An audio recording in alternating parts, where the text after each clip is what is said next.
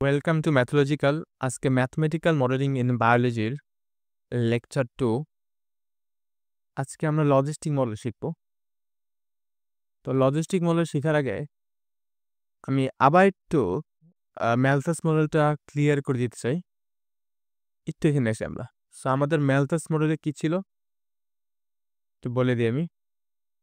Malthus মডেলে কিন্তু আমাদের এই অন্তরক সমীকরণটা, যেখানে সি কিন্তু আমাদের জনসংখ্যা মাথাপিছু বৃদ্ধি হার, বা এটাকে বলি আমরা পার ক্যাপিটাল গ্রোথ রেট। এখানে সি কিন্তু কনস্ট্যান্ট, ঠিক আছে? কিন্তু বাস্তবে কি একটু ভেবে দেখি আমরা, বাস্তবে কি সিটা কি কনস্ট্যান্ট হতে পারে কিনা একটু ভেবে দেখি। যে বাংলাদেশের যুদ্ধের পরবর্তীতে তখন মাথাপিছু বৃদ্ধি একটা যেমন ছিল, মানে তখন যত বেশি সন্তান নিত মানুষ, এখন কি তত নেয় কিনা? এখন কিন্তু তত নিচ্ছে না।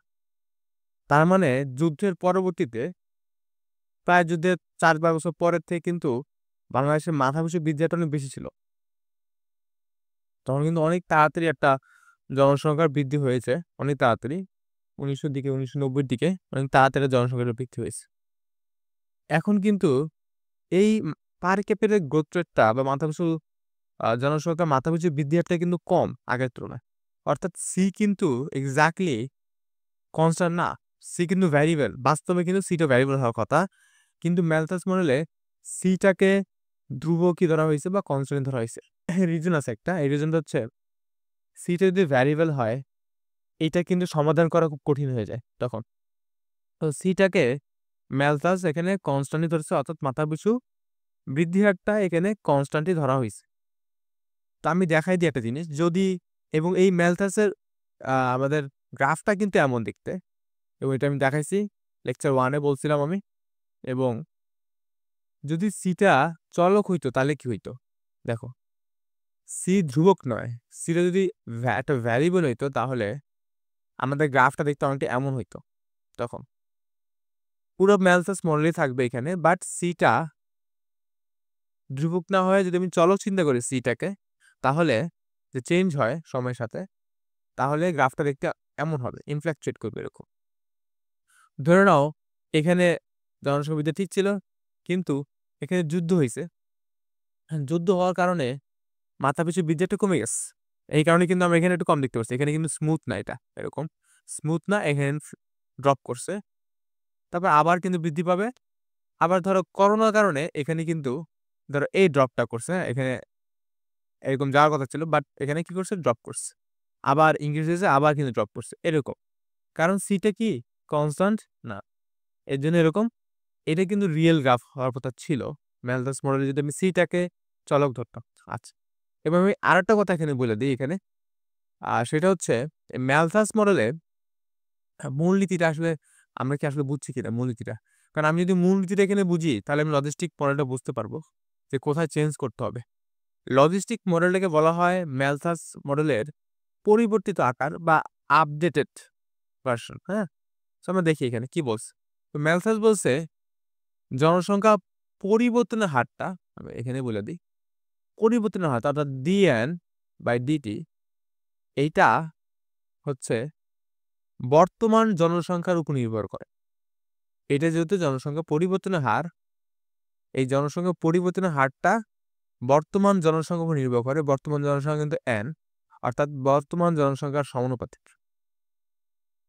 কিভাবে সমানুপাতিক আমি বলি, দেখো তুমি এবং তোমার ফ্রেন্ড, ধরো তোমার ফ্রেন্ড 500 মুরগি নিয়ে একটা খামার শুরু করলো, 500 মুরগির খামার, ঠিক আছে?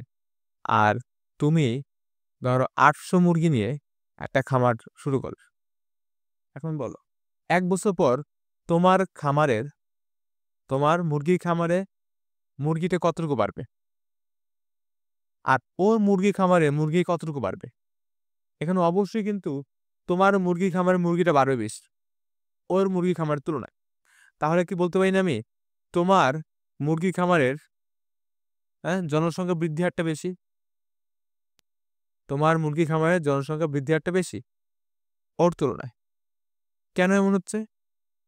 কারণ ও শুরুই করছে অল্প মুরগি দিয়ে, ঠিক আছে? ওর জনসংখ্যাটাই কম, তোমার জনসংখ্যাটা এখানে বেশি। তা তোমার পরিবর্তন হারটা কিন্তু, জনসংখ্যা পরিবর্তন হারটাও কিন্তু বেশি হবে তুলনামূলক, তাই না? তার মানে জনসংখ্যা পরিবর্তন হারটা কিন্তু বর্তমান জনসংখ্যার উপরে নির্ভর করতেছে। আমরা কিন্তু এখান থেকে এই জিনিসটা বুঝতে পারতেছি। তো dN/dt সমানুপাতিক n, এইটাই কিন্তু ম্যালথাসের মূলনীতি, যেটা আমরা ওডিইতে শিখছিলাম। মনে করে দেখো, ওডিতে আমরা এরকম আ সমানুপাতিক দিয়ে আমরা ম্যাথ করছি। পরে এখান থেকে সমানুপাতিক তোলার জন্য আমরা এখানে dN/dt দিছি। দেন ইকুয়ালস টু c দিয়ে n দিছি। এইভাবে কিন্তু প্রতিপাদন আ করা যায় ম্যালথাস মডেলটা। এইভাবে বানানো যায় ম্যালথাস মডেলটা। কিন্তু আমরা কিন্তু এখানে এইভাবে বানাইছি। সো কেন আমরা আজকেও ম্যালথাস মডেলটা আবার দেখলাম? কারণ আমি আবার বলে দেই, ম্যালথাস মডেলটা যে পারবে, যে বুঝবে, তার কাছে লজিস্টিক মডেল এবং পরবর্তী মডেলগুলো খুব ইজি লাগবে। ঠিক আছে? এটা হচ্ছে ফাউন্ডেশন আমাদের এখানকার। ঠিক আছে? সো আশা করে বলতে পারছি যে আমাদের বর্তমান জনসংখ্যার উপরে কি জনসংখ্যা বৃদ্ধি হারটা, পরিবর্তন হারটা নির্ভরশীল। ঠিক আছে? আচ্ছা, লজিস্টিকের মূলনীতিটা দেখি আমরা। ওইটাই কিন্তু মূলনীতি ছিল ম্যালথাসের। তো লজিস্টিক কি বলছে? লজিস্টিক মডেলটা কিন্তু আমাদের এখানে একটা continuous population model for single species. হ্যাঁ? সিঙ্গল স্পেসিসের জন্য এটা একটা কন্টিনিউয়াস পপুলেশন মডেল। সো ওনার কথাটা আমি দেখি আমরা। উনি কি বলতেছে যে, দেখো, আমরা আগে প্রবলেমটা দেখি যে ম্যালথাস মডেলের প্রবলেমটা কি, হ্যাঁ? তো এখানে একটু খেয়াল করো আবার। এই ম্যালথাস মডেলের প্রবলেমটা হচ্ছে, সময় যখন ইনফিনিটিকে অ্যাপ্রোচ করবে, তখন জনসংখ্যাটা ইনফিনিটিকে অ্যাপ্রোচ করবে। এই যে, মানে জনসংখ্যার বৃদ্ধি হারটা হচ্ছে সূচকীয় হারে বাড়ে। জনসংখ্যাটা সূচকীয় হারে বাড়ে। কিন্তু এটা কিন্তু পসিবলই না। তাহলে জনসংখ্যা ইনফিনিটিতে চলে যাচ্ছে। না। এটা কি হইতে পারে বাস্তবে? কি মনে হয়? বাস্তবে হইতে পারে? না, হইতে পারে না। তুমি যদি জাপানের জনসংখ্যা দেখো বা কয়েকটা দেশের জনসংখ্যা দেখো, ওইসব দেশের জনসংখ্যা আসলে কমতেছে, ডিক্লাইন হইতেছে আরো দিন। ঠিক আছে? তো জনসংখ্যা কখনোই ইনফিনিটির দিকে অ্যাপ্রোচ করতে পারে না। বা অন্যান্য প্রাণীর জিনিস দেখো তুমি, অন্যান্য প্রাণীর ক্ষেত্রে সেম জিনিসটা। এরকম হইতেই পারে না। সো এটা অবাস্তব, এবং সবাই কিন্তু ম্যালথাস মডেলটাকে একটা ভুল মডেল বলে, এবং সেটা অনেকে ম্যালথাস মডেলটাকে একটা টয় মডেল বলে। ইটস লাইক টয়, হ্যাঁ? এটার বাস্তবিক কোনো ইয়া নাই, এটা খেলনা, একটা খেলনা মডেল। ঠিক আছে? সো এই জিনিসটা খুবই গুরুত্বপূর্ণ বুঝা যে ম্যালথাস মডেলটা কিন্তু আসলে একটা ভুল মডেল। এটা কিন্তু এভাবে কাজ করে না। যাই হোক, এখানে তো আমাদের লজিস্টিক মডেলটা যে বানাইছে, ওনার নাম হচ্ছে পিয়েরে ফ্রাসোয়া ভারহাস্ট। তো ভারহাস্ট বলছে এখানে কি সমস্যা ম্যালথাস মডেলে। সো উনি বলে যে ম্যালথাসের সমীকরণের অসীমায়িততা পরিবেশের সহন ক্ষমতা দ্বারা নিয়ন্ত্রিত হয়। এটা কি আসলে এত বাড়া সম্ভব কিনা জনসংখ্যা? ইনফিনিটি দিকে অ্যাপ্রোচ করা পসিবল কিনা? পসিবল না। কারণ আমাদের খাদ্য কিন্তু সীমিত, আমাদের পানি কিন্তু সীমিত, তারপরে বসবাসের স্থান সীমিত, সবকিছু কিন্তু সীমিত। তো সীমিত জীবন ধারণের সামগ্রী দিয়ে, হ্যাঁ? সীমিত জীবন ধারণের সামগ্রী দিয়ে কখনোই এরকম অসীম দিকে জনসংখ্যা অ্যাপ্রোচ করতে পারে না। এই কথাটাই কিন্তু এখানে বলতেছে যে অসীমিত পরিবেশের সহন ক্ষমতা দ্বারা নিয়ন্ত্রিত। মানে মনে হবে যেন যে আমাদের ম্যালথাস মডেলে পরিবেশের সহন ক্ষমতা, পরিবেশের সহন ক্ষমতা মানে এখানে বুঝাইছে পরিবেশ কতটা ধারণ করতে পারে একটা জনসংখ্যা, হ্যাঁ? এটা হচ্ছে পরিবেশের সহন ক্ষমতা। সো পরিবেশের সহন ক্ষমতা মনে হবে যেন অসীম। সো ম্যালথাস মডেলে মনে হবে পরিবেশের সহন ক্ষমতাটা অসীম। ঠিক আছে? সো কিন্তু এটা কিন্তু বাস্তবে সম্ভব না। পরিবেশের সহন ক্ষমতা কিন্তু সসীম। তো এইটাই এখানে বলছে। উনার মূলনীতি কিন্তু এটা, বা এটা কিন্তু উনার মূলনীতি। আমরা লিখে দিই এখানে। এইখানে কিন্তু যেহেতু বলছিলাম এটা হচ্ছে নিয়ন্ত্রণকারী মূলনীতি। এখানে ওনার নিয়ন্ত্রণকারী মূলনীতি হচ্ছে এটা। নিয়ন্ত্রণকারী মূলনীতি। নিয়ন্ত্রণকারী বা লজিস্টিক মডেলের নিয়ন্ত্রণকারী মূলনীতি এটা।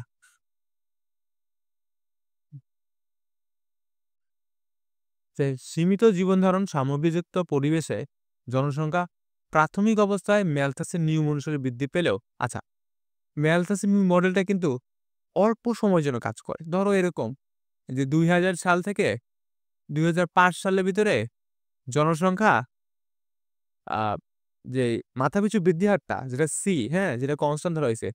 এই যে ওইটা আসলেই কনস্ট্যান্ট ছিল। ২০০০ সাল থেকে ২০০৫ সাল পর্যন্ত একই ছিল। সি এর ভ্যালুটা সেম ছিল। ঠিক আছে? পরবর্তীতে চেঞ্জ হইছে। আবার ৬ সাল থেকে বা ২০০০ সালে চেঞ্জ ছিল। এরকম। তো এই ৫ টা বছর না সিটা কনস্ট্যান্ট এর মতোই বিহেভিয়ার করছে। এই ৫ টা বছর। এই ৫ বছরে তোমার ঢাকা ঢাকা শহরে তখন কিন্তু পরিবেশের ঢাকা শহরের পরিবেশের সহন ক্ষমতা ছিল ভালোই ছিল তখন। কারণ যখন মাত্র মানুষ আসতেছে ঢাকা শহরে, ঠিক আছে? জিনিসটা চিন্তা করে দেখো এভাবে। তো তখন ওই প্রেক্ষাপটে কিন্তু এটা কাজ করার কথা, এই মডেলটা কাজ করবে। সো ২০০০ সাল থেকে ২০০৫ সালের ভিতরে এই মডেলটা ঠিকঠাক কাজ করবে। কিন্তু আমরা যদি লং টার্ম এ চিন্তা করি জিনিসটা, তাহলে কিন্তু কাজ করবে না। এটাই বলছে উনি যে আ প্রাথমিক অবস্থায় ম্যালথাসের নিয়ম অনুসারে বৃদ্ধি পেলেও, শুরুর দিকে বৃদ্ধি পেলেও দীর্ঘ সময় যদি আমরা বিবেচনা করি না, তাহলে জনসংখ্যা ম্যালথাস মডেলের ন্যায় সূচকীয় হারে বৃদ্ধি পেতে পারে না। এটা ইম্পসিবল। বরং খাদ্য অথবা জীবন ধারণের জন্য প্রয়োজনীয় অন্য কোনো সামগ্রীর জন্য তারা পরস্পরের মধ্যে কিন্তু প্রতিযোগিতা করবে। এই কথাটা খুবই গুরুত্বপূর্ণ। এই প্রতিযোগিতা কথাটা আমরা এখানে এটা হাইলাইট করে দিই। হ্যাঁ, এই প্রতিযোগিতা কথাটা কিন্তু খুবই গুরুত্বপূর্ণ এখানে। আচ্ছা দেখো। তো ইমাজিন করো আমাদের এটা হচ্ছে পরিবেশ। এটা হচ্ছে আমাদের পরিবেশ। হ্যাঁ? এতটুকু হচ্ছে পরিবেশ। এখানে ধরো জনসংখ্যা, এগুলো হচ্ছে জনসংখ্যা। ওকে? সো যখন জনসংখ্যা অল্প ছিল না, তখন কিন্তু দেখো, তখন কিন্তু ছড়াছিটে আছে। তাদের মধ্যে কিন্তু প্রতিযোগিতা কম হইছে। বিষয়টা প্রতিযোগিতা হয়নি। মানুষের সাথে কিন্তু মানুষের একটা প্রতিযোগিতা আছে, তাই না? এটাকে আমরা বলি ইন্ট্রা স্পেসিফিক, এটা মনে রাখো, ইন্টারেকশন। এটাকে বলা হয় ইন্ট্রা স্পেসিফিক ইন্টারেকশন। সো মানুষের একই প্রজাতির ২ টা প্রাণীর মধ্যে যে প্রতিযোগিতা তাদেরকে বলা হয় ইন্ট্রা স্পেসিফিক ইন্টারেকশন। লাইক মানুষের একটা প্রজাতি, এখন ২ টা মানুষের মধ্যে যে প্রতিযোগিতা হবে না, সেটাকে বলা হয় ইন্ট্রা স্পেসিফিক ইন্টারেকশন। আর এই ইন্টারেকশনটা কি? একটা কম্পিটিশন, হ্যাঁ? এখানে একটা কম্পিটিশন হচ্ছে। কম্পিটিশন। ওকে? এটা মাথায় রেখে আমরা। আবার ধরো আমি চিন্তা করলাম সিংহের ব্যাপারে। সিংহ কিন্তু দেখবা এলাকা রক্ষা করে চলে। ওদের সিংহের কিন্তু দল বেঁধে চলে। সো ওইখানে কিন্তু সেম কাজটা হয়। সিংহের সাথে সিংহের কিন্তু মারামারি হয়। তাহলে এটাও কিন্তু একটা কি? ইন্ট্রা স্পেসিফিক ইন্টারেকশন, প্রতিযোগিতা। ঠিক আছে? যে একই প্রজাতির ২ টো ভিন্ন প্রাণীর মধ্যে, একই প্রজাতির ২ টি প্রাণীর মধ্যে যেই ইন্টারেকশনটা, ওইটাকে বলা হয় ইন্ট্রা স্পেসিফিক ইন্টারেকশনস। আচ্ছা। সো এইখানে দেখো এখন কিন্তু প্রতিযোগিতা কম হবে। কিন্তু যখন অনেক বেড়ে যাবে জনসংখ্যা, আবার বাড়বে এরকম, তখন চিন্তা করে দেখো প্রতিযোগিতাও কিন্তু বেশি হবে। তাই না? তখন কিন্তু জনসংখ্যা এত সহজে বাড়ার কথা না, প্রতিযোগিতা বাড়লে। সো এই জিনিসটা আমরা একটু বোঝার ট্রাই করব। এটা কিভাবে কাজ করতেছে। যার ফলে দীর্ঘ সময় বিবেচনা করলে তাদের বৃদ্ধি হার পূর্বের তুলনায় কমতে থাকে। তো এটা পূর্বের তুলনায় কি হয়ে যায়? কমে যায়। ১ম দিকে বৃদ্ধি পায় এভাবে, কিন্তু পরে কিন্তু কমে যাবে। এটাই বলছে আ ভারহাস্ট। তো উনার মূলনীতি কিন্তু এইটাই। নিয়ন্ত্রণকারী মূলনীতি। আচ্ছা, এখন এই মডেলটা তৈরি করা হয়েছে কেন দেখি আমরা এটা। এখানে একটু খেয়াল করে দেখি কিভাবে এটা বানানো হইছে। আমি একটা কথা বলে দেই, এটা না, এইটা ম্যাথে লাগবে না। ম্যাথে অবশ্য ২ বইতে ২ রকম। সো ওরা যখন বলবে যে ম্যালথাসের মডেলটা বর্ণনা করো, এটা লেখা লাগবে না। দরকার নেই এটা লেখা। এই এই পার্টটা লেখার দরকার নেই। কিন্তু এই পার্টটা বোঝা খুবই দরকার যে কিভাবে বিল্ড আপ হইছে। তো এটা আমরা বুঝি সময় নিয়ে একটু। সো দেখি এখানে। তো এখানে দেখো একটু খেয়াল করে, আমি কিন্তু শুরু করতেছি কিন্তু ম্যালথাস মডেল দিয়ে, যে dN/dt = Rn। এটা কিন্তু ম্যালথাস মডেল। এই যে খেয়াল করো এখানে। ম্যালথাস মডেল দিয়ে শুরু করতেছি এখানে। এখানে সি এর জায়গায় আমি আর দিছি আপাতত। দেখো জিনিসটা কি হয়। এই যে আরটা দিলাম, এই আরটা কিন্তু মাথাপিছু বৃদ্ধি হার বা পার ক্যাপিটা গ্রোথ রেট, এটা আমরা জানি। এই আরটা কিন্তু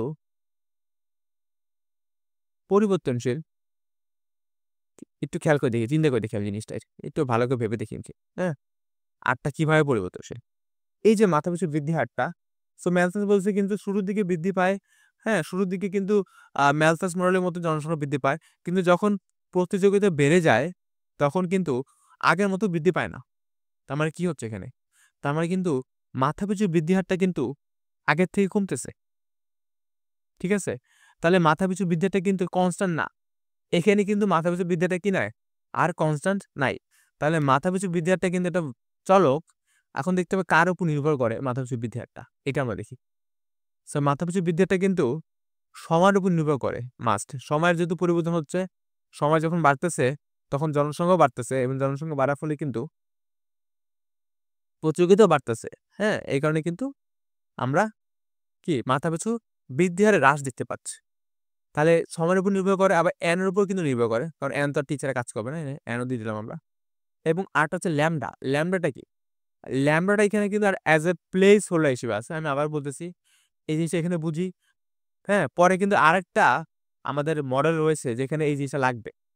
সো ল্যামডাটাকে বলা হয়, ল্যামডা হলো এনভায়রনমেন্টাল অ্যান্ড বায়োলজিক্যাল কনস্ট্যান্ট এর টাপল। টাপল মানে কিন্তু আমরা জানি, যেটা তোমরা ক্রোমোজোর বলো, অনেকে তো জানে না। আমরা যখন XY লিখি না এরকম, এটা কিন্তু ক্রোমোজোর। কিন্তু এটা যে ২ টাই থাকবে উপাদান এমন না। এটা কিন্তু ৩ টা উপাদান থাকতে পারে। সো এগুলোকে বলা হয় টাপেল। একটা নামে বলি আমরা এগুলো টাপেল। এগুলো টাপেল বলা হয় এবং এটা হচ্ছে একটা 2 টাপেল যেহেতু ২ টা উপাদান আছে। এটা হচ্ছে একটা 3 টাপেল। এরকম 4 টাপেল, 5 টাপেল থাকে। এগুলোকে টাপেল বলা হয়। আশা করি বুঝতে পারছি। ক্রোমোজোর কিন্তু একটা টাপেল। ঠিক আছে? তো এই যে ল্যামডা আর, কে, এই আর হচ্ছে এবং কে হচ্ছে, এখানে ল্যামডাটা আসলে আমরা বের করে দেখব আসলে ল্যামডা এখানে আর এবং কে হবে। একটা প্লেস হোল্ডার, এটা প্যারামিটার একটা, হ্যাঁ? এই টি কিন্তু প্যারামিটার। আমি একটা কথা বলে দিই তোমাদেরকে। যখন ভ্যারিয়েবল বা চলক একটা ফাংশনের অংশ হবে না, তখন ওটাকে আমরা প্যারামিটার বলি। ঠিক আছে? তো এখানে টি, এন এবং ল্যামডা হচ্ছে প্যারামিটার। সো আরটা কিন্তু ৩ টা প্যারামিটারের ফাংশন। আরটা এখন হয়ে গেছে। হ্যাঁ? আরটা কিন্তু এখানে অধীন চলক। আমি বলছি না? আরটা এখন চলক হয়ে গেছে। তাহলে আরটা কিন্তু এখন অধীন চলক। হ্যাঁ? এবং কার উপর নির্ভর করতেছে? টি, এন এবং ল্যামডার উপরে। ল্যামডাটা আসলে কি? আসলে ল্যামডাটা হচ্ছে আমি অ্যাজ এ প্লেস হোল্ডার হিসেবে রাখছি। আমি জানি না আর কত প্যারামিটারের উপর নির্ভর করে আরটা। আমি এক্সাক্টলি জানি না। আর কার উপর নির্ভর করে। এর জন্য আমি এখানে ল্যামডা দিয়ে রাখছি। বুঝতে পারছো? আমি বুঝতে পারছি হ্যাঁ, সময়ের উপর নির্ভর করে, জনসংখ্যার উপর নির্ভর করে। এজন্য আমি টি এবং এন দিয়েছি। কিন্তু আর কিসের উপর নির্ভর করে আমাদের এই মাথাপিছু বৃদ্ধি হারটা, ঠিক আছে? ওইটা আমি জানি না। আমার কাছে এখনো অজানা। এর জন্য আমি ওই জায়গায় আপাতত ল্যামডা দিয়ে রাখছি। ল্যামডাটা কি করে? ল্যামডাটা বলতে তোমার ৩ টা ৪ টা প্যারামিটার বুঝাইতে পারে ল্যামডা দিয়ে। ঠিক আছে? বা ৫ টা প্যারামিটার বুঝাইতে পারে। আমি জানি না। ঠিক আছে? তো এইভাবে এখানে এই জিনিসটা বসানো হইছে। দ্যাট টি, এন এবং ল্যামডা আমরা এখানে দিয়ে দিলাম। সো এই জিনিসটাই এখানে বসানো হয়েছে এবং ওরা আসলে এখানে আরটাকে সমান এফ ধরছে। এফ এর একটা ফাংশন। তো টি, এন এবং ল্যামডা। যদিও এখানে শুধু এন লিখছে। কিন্তু আসলে কিন্তু এখানে এইটা, হ্যাঁ? টি, এন, ল্যামডা। এবং আমরা পরবর্তীতে দেখি নিচে কি হচ্ছে। এবং এখানে অনেক কথাবার্তা বলা হয়েছে যে ক্যারিং ক্যাপাসিটি। এটাকে আমরা ক্যারিং ক্যাপাসিটি বলি। যে দেখো ক্যারিং ক্যাপাসিটি আমি বুঝাই দিই কি জিনিসটা, হ্যাঁ? What is carrying capacity? এটাকে ধরো এই যে একটা পরিবেশ, বা তোমার পুকুরই ধরো তুমি, তোমার পুকুর। ঠিক আছে? তো পুকুরের তো একটা সীমা আছে। কতগুলা মাছ একসাথে থাকে। তুমি ধরো পুকুরে মাছ চাষ করো। এখন অবশ্যই কিন্তু সীমা আছে না একটা। এখানে তুমি যদি ছোট্ট একটা পুকুর, তুমি ওই জায়গায় যদি ১০ লাখ ২০ লাখ মাছ চাষের চিন্তা করো। It's not possible. অবশ্যই একটা ধারণ ক্ষমতা আছে পুকুরের। সো ওই পুকুরের যে ধারণ ক্ষমতাটা ওইটাই কিন্তু আমরা বলি ক্যারিং ক্যাপাসিটি বা পরিবেশের সহন ক্ষমতা, বা এটাকে ইংলিশে বলা হয় ক্যারিং ক্যাপাসিটি। Carrying capacity. কতটুকু ক্যারি করতে পারে ওই পরিবেশটা। হুম? তো এই যে পুকুরটা কতটুকু মাছ ক্যারি করতে পারবে ওইটাই কিন্তু ক্যারিং ক্যাপাসিটি। ধরো তোমার যে পুকুরটা, ওই পুকুরে ১ লাখ মাছ থাকা পসিবল। এর বেশি না। তো এটি আসলে ক্যারিং ক্যাপাসিটি। পুকুরটার ১ লাখ মাছ থাকতে পারবে, এটাই পুকুরে কি? Carrying capacity. তো তোমার জনসংখ্যা, তুমি পুকুরে ৫,০০০ মাছ ছেড়ে চাষ শুরু করলা। এখন অবশ্যই এই ক্যারিং ক্যাপাসিটি কিন্তু থাকবে। এই ক্যারিং ক্যাপাসিটি অতিক্রম করতে পারবে না। অতিক্রম করলেও একটা অন্য কিছু ঘটতে পারে। ঠিক আছে? আশা করি বুঝতে পেরেছি জিনিসটা যে ক্যারিং ক্যাপাসিটি কি এখানে। খুবই সিম্পল কনসেপ্ট। আচ্ছা, এখন আমরা নিচে দেখি। সো এইভাবে ওরা এটাকে বিল্ড আপ করছে এবং এই কয়েকটা করে এটা তোমরা দেখলে বুঝতে পারবা। ইভ্যালুয়েট করে, যেহেতু এটা লাগবে না, যেহেতু আমাদের লিখতে হবে না পরীক্ষা হলে, এটা লিখতে হবে না, অন্য কিছু লিখবো পরীক্ষা হলে, কিন্তু এটা বোঝার জন্য যে কিভাবে এটা বিল্ড আপ হয়েছে সেই জিনিসটা। এবং এইভাবে আমরা এখান থেকে তোমার এফ অফ যে এন ফাংশনটা ওরা যেটা ডিক্লেয়ার করছে আর কে, হ্যাঁ ওইটা আমরা এখানে পেয়ে গেছি। এটা হচ্ছে এটা হচ্ছে আমাদের এফ অফ এন। এখন দেখো এটা কি, r into one minus n by k, এটা আসলে কি? এটা মাথাপিছু বৃদ্ধি হারটা না? হ্যাঁ, এটা তো মাথাপিছু বৃদ্ধি হার। তাহলে r into one minus n by k কিন্তু আমাদের ভারহাস্ট মডেল বা লজিস্টিক মডেলের মাথাপিছু বৃদ্ধি হার। তাহলে তুমি বলতো আবার যে ভিতরে আর আসছে, এটা কি? এটাই তো আর ছিল, তাই না? এইটাও একটা সমস্যা। ধরো এই এই থিওরামের যারা কি করছে এখানে গোলমাল লাগাই দিয়েছে অনেক। হ্যাঁ, এটা ওরা সি রাখতে পারতো না, সি ইকুয়ালস টু এফ ও ভ্যান, দেন এফ ও ভ্যানটা বের করে আর পেতো। অ্যান্ড এই আরটা কি আবার? এটাই তো আর ছিল। এখন ওই যে আমার কিন্তু এটাই আর ছিল, এখন আবার এই নতুন একটা আর পেলাম। এই দুটো ডিফারেন্ট, ঠিক আছে? এই জিনিসটা একটু বুঝতে হবে। এনে বইতে ওরা মিক্স করে ফেলছে। এই আরটাকে বলা হয় অভ্যন্তরীণ বৃদ্ধি হার, বুঝছো? এই আরটাকে বলা হয় অভ্যন্তরীণ বৃদ্ধি হার। এটা আমরা বুঝতে পারবো নিচে গেলে যে অভ্যন্তরীণ বৃদ্ধি হারটা কি। আমি নিচে বলে রাখছি, হ্যাঁ দেখো। তো এই যে পুরোটা আর সহ এই one minus n by k, এটা কিন্তু মাথাপিছু বৃদ্ধি হার জনসংখ্যা। এই যে আমি লিখছি এখানে লাল কালি দিয়ে, আর one minus n by k এটা মাথাপিছু বৃদ্ধি হার, যেখানে ওয়ান মাইনাস এন বাই কে অনেকটা ওয়েটের মতো কাজ করে, ভরের মতো কাজ করে। এটা এই কথাটা তুমি বুঝবা, সামনে গেলে বুঝে যাবে আস্তে আস্তে। সো এইখানে এই আরটা কি? এই আরটাকে বলা হয় ইন্ট্রিনসিক গ্রোথ রেট বা অভ্যন্তরীণ বৃদ্ধি হার। এর মানে হচ্ছে দেখো, এটা বোঝায় প্রতিটি সত্তা বলতে এখানে যেগুলো প্রাণী হইতে পারে, কত দ্রুত বংশবিস্তার করে যদি কোনো প্রতিযোগিতা না থাকে। আচ্ছা, আরটাও কিন্তু মাথাপিছু বৃদ্ধি হারের মতোই, ঠিক আছে? কিন্তু এটাকে অভ্যন্তরীণ বৃদ্ধির কেন বলতেছি আমরা? একদম চিন্তা করো তুমি, একদম পারফেক্ট পরিবেশে, ঠিক আছে?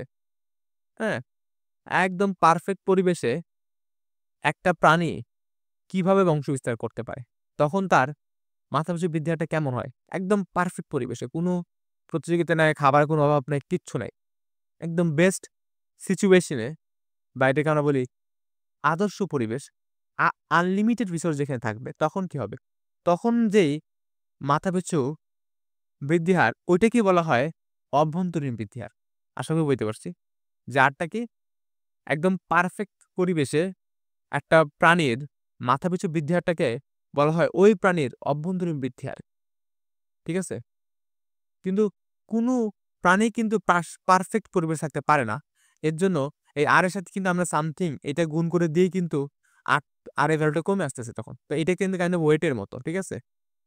এটা ওয়েটের মতো, হ্যাঁ? এটা যদি 1 হয়, তাহলে তাহলে তার মানে কি দাঁড়ায়? তার মানে সে কিন্তু পারফেক্ট পরিবেশে আছে, ঠিক আছে? এখন এটার ভ্যালু যদি 0.5 হয়, তাহলে কি আর এর কতটুকু ভ্যালু পাবা তুমি? তাহলে আর এর অর্ধেক ভ্যালু পাবা তখন। তা আর এর অর্ধেক ভ্যালুটাই কিন্তু তখন মাথাপিছু বৃদ্ধি হারটা। আশা করি বুঝতে পারছি। তুমি এটা পড়তে হবে তোমাদের নিজেরাও। এটা না পড়লে তোমরা আসলে পুরোপুরি এটা ক্লিয়ার করতে পারবা না। এটা পড়তে হবে আবার। জিনিসটা পড়ে দেখো জিনিসটা কিভাবে কি আ ডেভেলপ হইছে এই ম্যালথা আমাদের লজিস্টিক মডেলটা। ঠিক আছে? আচ্ছা। এখন আমরা দেখি এখানে তোমার ভারাস লজিস্টিক মডেল। আসলে এইটি আমাদের লিখতে হবে। আমরা এই জিনিসটা লিখব। এই শর্টকাট এটাই লিখব। এটা তোমার আ ১৩ তে ৪ মার্কের জন্য আসছে, আর ২১ এ তোমার ৫ মার্কের জন্য আসছে। ঠিক আছে? সো এইটাই তোমার তুহিন প্রকাশনীতে এইভাবে লেখছে। তো আমি এইভাবে লিখতেছি। অনেকে এটা এত বড় করে লিখতে চাবে না কেউই। সো এখানে আমরা এই জিনিসটা লিখব। যে ভারাস লজিস্টিক মডেল যখন বলছে না? তো আমরা এইভাবে লিখব যে পিয়েরে ফ্রাঁসোয়া ভারাস্ট ম্যালথাস মডেলের পরিবর্তিত আকার দেন তিনি। তো তিনি দেখান যে ম্যালথাস সমীকরণ অসীমায়িত, পরিবেশের সহক্ষমতা দ্বারা নিয়ন্ত্রিত। ওই কথাটা এখানে বলা হয়েছে। কিন্তু এখানে এই যে এইগুলা কেমনে বিল্ড আপ হইছে, এটা বলা হয় নাই। এখানে তুমি জাস্ট লিখে দিবা লজিস্টিক মডেলটা মুখস্থ kind of dn/dt Rn 1 - n/k, ঠিক আছে? এখানে একটু এই জিনিসটা বুঝাই দিই আমি। তো যেহেতু তুমি জানো এই আর এবং এটা গুণ করলে কিন্তু আমরা আসলে মাথাপিছু বৃদ্ধি হারটা পাই। আর শুধু আরটা কিন্তু অভ্যন্তরীণ বৃদ্ধি হার। মানে বেস্ট সিচুয়েশন এ আমার একটা জনসংখ্যার মাথাপিছু বৃদ্ধি হারটা কত হইতে পারে, সেটাই কিন্তু আমার অভ্যন্তরীণ বৃদ্ধি হারটা। ঠিক আছে? এখন এই জায়গায় এই টার্মটা আসলে কেমন কাজ করছে দেখো। এই টার্মটা কাহিনী কি? একটু খেয়াল করে দেখো। আমাদের কিন্তু আমাদের এখানে কে টা কিন্তু এখানে ধ্রুবক, ঠিক আছে? আচ্ছা, টা এখানে কি? আমাদের জনসংখ্যা ফাংশন, হ্যাঁ সরি, আমাদের জনসংখ্যা ফাংশন হচ্ছে n। তাই nটা চিন্তা করো তুমি, nটা তুমি ধরো ক্যাপাসিটি তুমি নিলা, ওই যে পুকুরের ক্যাপাসিটি ধরো তোমার 1,00,000, ঠিক আছে? তো মাছ চাষের পুকুরের ক্যাপাসিটি হচ্ছে 1,00,000। এখন তুমি এখানে জনসংখ্যা তুমি এখানে মাছ শুরু করলা 5,000 মাছ দিয়ে, তুমি চাষ শুরু করলা, হ্যাঁ 5,000 মাছ দিয়ে। এখন মাছ ধরো বৃদ্ধি পাচ্ছে, তো এখন যেহেতু 5,000 মাছ তুমি ভাগ করলা, 5,000 দিয়ে তুমি 1,00,000 ভাগ করলা, তাহলে তখন কি হবে? অনেক ছোট্ট একটা সংখ্যা পাবা না তুমি এখান থেকে, অনেক ছোট্ট একটা সংখ্যা পাবা তুমি। এখন ওই ছোট সংখ্যাটা কিন্তু অবশ্যই 1 থেকে ছোট হবে, যেহেতু হরটা বড় লবটা ছোট। তুমি এটা প্রকৃত ভগ্নাংশ পাবা এখান থেকে। মানে কি, এটা 0 আর 1-এর মধ্যে থাকবে। এই মানটা কি 0 এবং 1-এর মধ্যে থাকবে। প্রকৃত ভগ্নাংশ কিন্তু এইটাই, যে তার মানটা 0 এবং 1-এর মাঝখানে থাকে। আচ্ছা, তাহলে তখন এইখান থেকে কিন্তু তুমি একটা পজিটিভ ভ্যালু পাচ্ছ তাহলে, তাই না? কারণ এটা কিন্তু 1-এর থেকে ছোট ভ্যালু পাচ্ছ তুমি, যখন nটা ছোট থাকে k থেকে। এখন তুমি চিন্তা করো, nটা বাড়তেছে আস্তে আস্তে, বাড়তেছে, বাড়তে বাড়তে বাড়তে সমান হয়ে গেছে পুরা, k এর সমান হয়ে গেছে। তখন কি হবে দেখো তো, যখন k এর সমান হয়ে যাবে তখন কিন্তু এটা 1 হয়ে যাবে। তাহলে 1 - 1 0 হয়ে যাচ্ছে। তখন কিন্তু দেখো, এটা 0 হয়ে যাওয়া মানে কি, পুরোটা 0 হয়ে যাওয়া মানে কি, dn/dt কি হয়ে যাওয়া, 0 হয়ে যাওয়া। তো dn/dt 0 হয়ে যাওয়া মানে কি, যে এটা বলতে কি বোঝায়, জনসংখ্যা পরিবর্তন হার বা জনসংখ্যা বৃদ্ধি হার। জনসংখ্যা বৃদ্ধি হার 0 বা পরিবর্তন হার 0, মানে ওই সময় গিয়ে কিন্তু আর জনসংখ্যা বৃদ্ধি পাবে না, একদম ফ্ল্যাট হয়ে যাবে জিনিসটা, ঠিক আছে? কনস্ট্যান্ট হয়ে যাবে জনসংখ্যাটা, আর বাড়বে না, কমবে না, এমন। এটা কিন্তু বুঝাচ্ছে যখন কি হবে, যখন টা k সমান হয়ে যাচ্ছে তখন, মানে যখন ক্যাপাসিটি সমান হয়ে যাবে জনসংখ্যার, তখন তখন আর বাড়বে না, কনস্ট্যান্ট হয়ে যাবে। এটাই কিন্তু বুঝাচ্ছে এখানে। সো এই জিনিসটা কিন্তু এইভাবে আসতেছে। এবং পরে যাচ্ছে এখানে বলা হয়েছে আরটা আসলে কি, কেটা আসলে কি, আর এবং কে দুইটাই কিন্তু ধনাত্মক ধ্রুবক। এবং এইটা, এই যে আর ইন্টু 1 - n/k মাথা পিছু জনসংখ্যা বৃদ্ধি হার, এবং কে হলো পরিবেশ সক্ষমতা। তোমার এইটাই লিখতে হবে পরীক্ষা হলে, তা আসলে ওই আগেটা লিখতে হবে না। সো এটাই ছিল আমাদের লজিস্টিক মডেল। এবং এই লজিস্টিক মডেল আমরা এখন গ্রাফটা দেখব, লজিস্টিক মডেল গ্রাফটা কেমন হবে, ঠিক আছে? দেখো, এটা কিন্তু লজিস্টিক মডেল গ্রাফ। ওই যে ও কিন্তু যা বলছিল যে শুরু দিয়ে কিন্তু ম্যালথাস মডেলের মধ্যে বৃদ্ধি পায়, এই যে দেখো এরকম। কিন্তু পরবর্তীতে কিন্তু যখন ক্যাপাসিটি, এই যে এটা হচ্ছে ক্যাপাসিটি আমাদের পরিবেশ সহন ক্ষমতা, যখন পরিবেশের সহন ক্ষমতার কাছাকাছি চলে আসে তখন কিন্তু আর এভাবে বৃদ্ধি পায়নি। দেখো এটা কিন্তু ফ্ল্যাট হয়ে গেছে এভাবে, হ্যাঁ এভাবে ফ্ল্যাট হয়ে গেছে জিনিসটা, একটু খেয়াল করে বুঝতে পারবা। তাই এইখানেও আমরা দেখি, প্লটটা দেখি, এক্স বরাবর আমরা টি নিয়েছি এবং ওয়াই বরাবর আমরা এন ফাংশনকে নিয়েছি। এই জায়গা কিন্তু এন অফ টিটা কিন্তু, হ্যাঁ জনসংখ্যা কিন্তু কখনোই কে কে ছাড়াই যাবে না, কে নিচে থাকবে। এই যে এক্সাম্পল, কে এটা কিন্তু ডট ডট যে মার্কটা আছে না, এটা কিন্তু আমাদের কে, কে আমরা এখানে কেটা একটু দিয়ে দিই পাশে, এটা কিন্তু আমাদের কে, ডট ডট যে মার্কটা আছে, ওকে কে। তাহলে এই যে জনসংখ্যাটা কিন্তু অবশ্যই কে থেকে কম থাকবে সব সময়। তাহলে এইটা হচ্ছে আমাদের সীমা এন ফাংশনের। আচ্ছা, এখন dn/dt আমরা চিন্তা করি, dn/dt কিন্তু এখানেও সবসময় পজিটিভ, তাই না? একটু খেয়াল করে আবার মডেলে যাই আমরা। এখানে এই আরটা তো পজিটিভ শিওর, এখানে এটা সবসময় পজিটিভ দিচ্ছে, এর নেগেটিভ হওয়ার চান্সই নেই, কারণ এন তো আমাদের কে বেশি যাবেই না, হাইয়েস্ট কে সমান যাবে, তাই না? তাহলে এখানে পুরো বেরোটা কিন্তু ধনাত্মক হওয়ার কোনো চান্সই নেই। তাহলে dn/dt কি হতে পারে, ধনাত্মক হতে পারে। এই জন্য আমরা লিখছি এখানে dn/dt কিন্তু অবভিয়াসলি কি 0 থেকে বড়, হ্যাঁ। আর এটা কিন্তু একদম ঘেঁষে যাবে, ঠিক আছে? একদম পরিবেশের সাথে, পরিবেশ সহনক্ষমতার সাথে ঘেঁষে ঘেঁষে থাকবে, এই জিনিসটা ঘেঁষে থাকবে, হ্যাঁ। এখন এর প্রত্যেকটা যদি তুমি ঢাল দেখো, তুমি এখানে দেখো, এখানে ঢাল নাও একটা, এখানে একটা ঢাল নাও, এখানে একটা ঢাল নাও, প্রত্যেকটা ঢালের কিন্তু, ঠিক আছে, মানে প্রত্যেকটা স্পর্শক স্পর্শকের ঢাল কিন্তু এখানে পজিটিভ, ধনাত্মক, যেহেতু এটা দিয়ে আমরা কি বুঝাই, স্পর্শকের ঢাল বুঝি, তাই না? বা এই একটা কি বক্ররেখার একটা বিন্দুতে ঢাল বুঝে থাকি। আচ্ছা, এখানে দেখো টি যদি ইনফিনিটি অ্যাপ্রোচ করে তাহলে এন অফ টি কি করবে, এন অফ টিটা আমাদের কে কে অ্যাপ্রোচ করবে, এন অফ টিটা, ঠিক আছে? তো এটি আমাদের লজিস্টিক মডেলের গ্রাফ, এটা মনে রাখতে হবে, ঠিক আছে? তো বাস্তবে গ্রাফটি যেমন হতে ছিল। আচ্ছা, এখানে যদি ওই যে ইন্ট্রিনসিক যে গ্রোথ রেটটা, আর ওইটাও যদি তোমার চলক হইতো তখন কি হইতো? সো ইন্ট্রিনসিক গ্রোথ রেটটা যদি চলক হয় তখন আমাদের গ্রাফটা কিন্তু এমন হয় দেখতে, তো দেখো এটা কিন্তু আসলে বাস্তবে কিন্তু গ্রাফটা এমনই হওয়া উচিত, তাই না? বাস্তব জনসংখ্যা যে ফল করবে আবার কিন্তু রাইজ করবে, ফল রাইজ করবে। হ্যাঁ, ফল রাইজ কিন্তু আমরা দেখতে পারার কথা এইভাবে। ঠিক আছে? সো তখন কিন্তু dn/dt টা কিন্তু, হ্যাঁ, জনসংখ্যা পরিবর্তন হার কিন্তু আমাদের 0 থেকে ছোট হইতে পারে। যেরকম এখানে কিন্তু আমাদের স্লোপটা কি? স্লোপটা নেগেটিভ এখানে এই পয়েন্টে। দেখো? এই পয়েন্টে স্লোপটা নেগেটিভ। এদিকে স্লোপটা নেগেটিভ, হ্যাঁ? আবার এখানে কিন্তু স্লোপটা পজিটিভ। এখানে স্লোপটা পজিটিভ। ঠিক আছে? সো এটি হচ্ছে আমাদের লজিস্টিক মডেল। সো এর পরবর্তী থেকে আমরা ম্যাথ চলে যাব। ম্যাথ করব। এখানে আমরা এই ম্যালথাস মডেল, লজিস্টিক মডেল এবং আরো ২ টা মডেল আছে যে ২ টা মডেল আমরা পরে শিখব। আগে আমরা এই ২ টা মডেল রিলেটেড ম্যাথ করব। তো নেক্সট লেকচারে আমরা ম্যাথে চলে যাব। ধন্যবাদ।